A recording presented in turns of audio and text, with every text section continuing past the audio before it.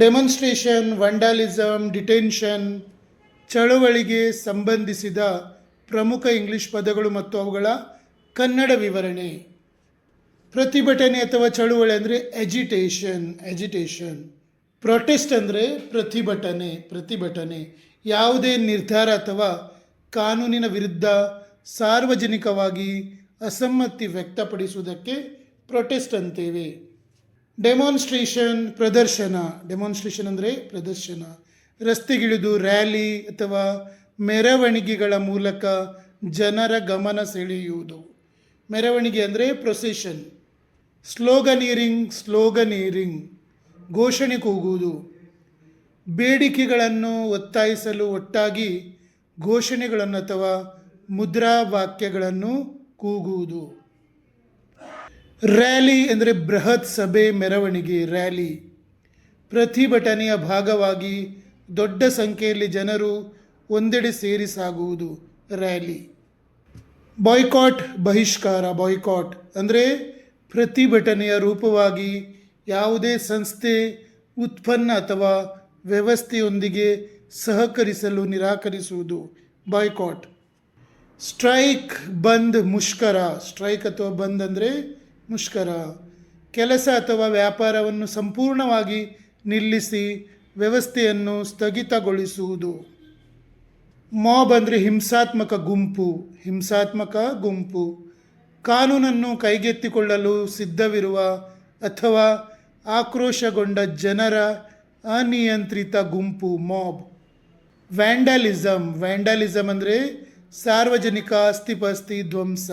ಉದ್ದೇಶಪೂರ್ವಕವಾಗಿ ಸರ್ಕಾರಿ ಅಥವಾ ಖಾಸಗಿ ಆಸ್ತಿಯನ್ನು ನಾಶಪಡಿಸುವುದು. ಆರ್ಸನ್, ಅಗ್ನಿಕಾಂಡ, ಬೆಂಕಿ ಹಚ್ಚುವುದು. ವಾಹನಗಳಿಗೆ ಅಥವಾ ಕಟ್ಟಡಗಳಿಗೆ ಕಾನೂನು ಬಾಹಿರವಾಗಿ ಬೆಂಕಿ ಹಚ್ಚುವ ಹಿಂಸಾತ್ಮಕ ಕೃತ್ಯ. ಕರ್ಫ್ಯೂ, ನಿಷೇಧಾಜ್ಞೆ. ಪರಿಸ್ಥಿತಿ ಹತೋಟಿ ಮೀರಿದಾಗ ಜನರು ಮನೆಯಿಂದ ಹೊರಬರದಂತೆ ವಿಧಿಸುವ ಕಟ್ಟುನಿಟ್ಟಾದ ಕಾನೂನು ನಿರ್ಬಂಧ. ಜನಸಂದಣಿ ನಿಯಂತ್ರಣ ಕ್ರಮಗಳು. Crowd control. ಬ್ಯಾರಿಕೇಡ್ ಅಂದರೆ ತಡೆಗೋಡೆ. ಪ್ರತಿಭಟನಾಕಾರರು ಮುಂದೆ ಸಾಗದಂತೆ ತಡೆಯಲು ಪೊಲೀಸರು ರಸ್ತೆಗೆ ಅಡ್ಡಲಾಗಿ ಇಡುವ ಲೋಹದ ಅಥವಾ ಮರದ ಬೇಲಿಗಳು. ಲಾಠಿ ಪ್ರಹಾರ.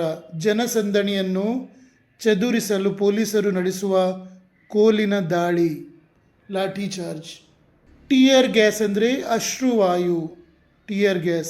ಕಣ್ಣುಗಳಲ್ಲಿ ಉರಿ ಮತ್ತು ನೀರು ತರಿಸುವ ಮೂಲಕ ಜನರನ್ನು ಆ ಜಾಗದಿಂದ ಓಡಿಸಲು ಬಳಸುವ ಅನಿಲ.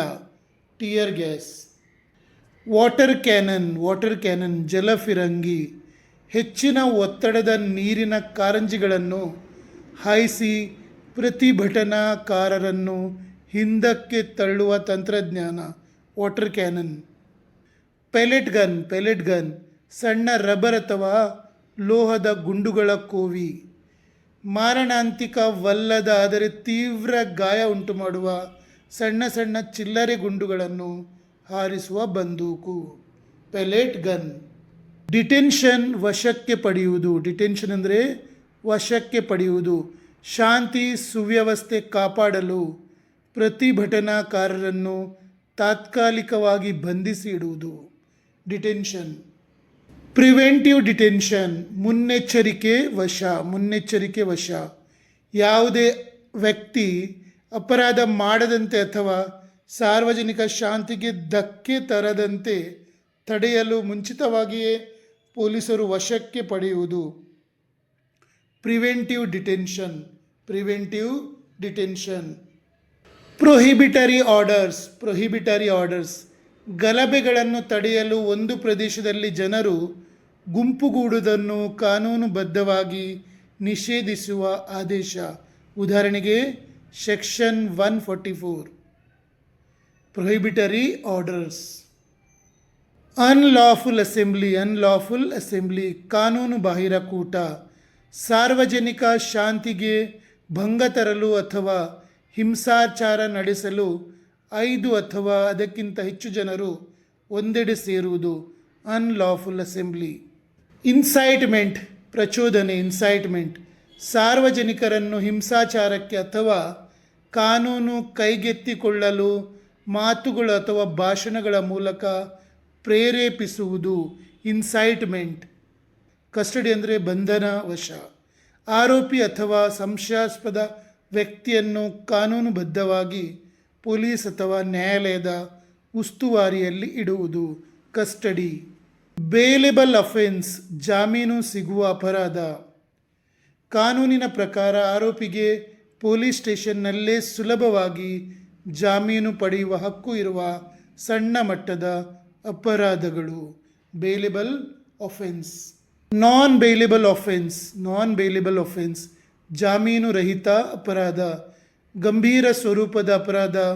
ಇಲ್ಲಿ ಜಾಮೀನು ಪಡೆಯಲು ನ್ಯಾಯಾಲಯದ ಅನುಮತಿ ಕಡ್ಡಾಯವಾಗಿರುತ್ತದೆ, non bailable offence. Cognizable offence, warrant ಇಲ್ಲದೆ ಬಂಧಿಸಬಹುದಾದ ಅಪರಾಧ. ಗಂಭೀರ ಸ್ವರೂಪದ ತಪ್ಪುಗಳು ನಡೆದಾಗ ಪೊಲೀಸರು ಮ್ಯಾಜಿಸ್ಟ್ರೇಟ್ ಅನುಮತಿ ಅಥವಾ ವಾರೆಂಟ್ ಇಲ್ಲದೆಯೇ ಆರೋಪಿಯನ್ನು ತಕ್ಷಣ ಬಂಧಿಸಬಹುದಾದ ಅಧಿಕಾರ, ಕಾಗ್ನಿಸೇಬಲ್ ಅಫೆನ್ಸ್. ಸೆಡಿಷನ್, ರಾಜದ್ರೋಹ. ಸೆಡಿಷನ್ ಸರ್ಕಾರದ ವಿರುದ್ಧ ದ್ವೇಷ, ಅಸಮಾಧಾನ ಅಥವಾ ದಂಗೆಯನ್ನು ಪ್ರಚೋದಿಸುವ ಬರಹ, ಮಾತು ಅಥವಾ ಸಂಕೇತಗಳ ಬಳಕೆ, ಸೆಡಿಷನ್. ರಿಸ್ಟ್ರೇನಿಂಗ್ ಆರ್ಡರ್ ಅಂದರೆ ನಿರ್ಬಂಧಕ ಆದೇಶ. ಒಬ್ಬ ವ್ಯಕ್ತಿ ಅಥವಾ ಗುಂಪು ನಿರ್ದಿಷ್ಟ ಸ್ಥಳಕ್ಕೆ ಹೋಗದಂತೆ ಅಥವಾ ಯಾವುದೇ ಕೃತ್ಯ ಎಸಗದಂತೆ ನ್ಯಾಯಾಲಯ ನೀಡುವ ತಡೆಯಾಜ್ಞೆ, ರಿಸ್ಟ್ರೇನಿಂಗ್ ಆರ್ಡರ್. ನಿಮಗೆ ನನ್ನ ರಿಸರ್ಚ್ ಮತ್ತು ಟೀಚಿಂಗ್ ಇಷ್ಟವಾದಲ್ಲಿ ನನ್ನ ಪೇಜ್ ಫಾಲೋ ಮಾಡಿ ಮತ್ತು ಶೇರ್